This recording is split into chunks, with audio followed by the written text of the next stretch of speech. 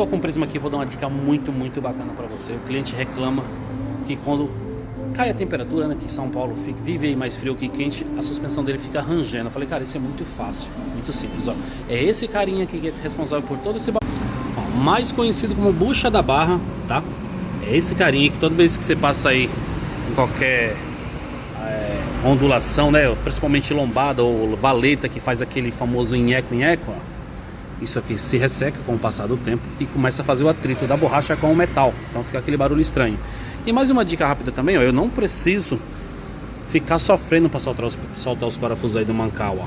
Eu baixo um pouquinho o quadro aqui, já me dá todo um acesso, olha que bacana, ó. Deixa aqui o próprio veículo, o próprio agregado, né, por assim se dizer, fixado aí com um parafuso. E eu ganho todo esse espaço aí, ó. Então assim, tá com barulhinho na suspensão, nheco-nheco? É isso aqui, ó, bucha.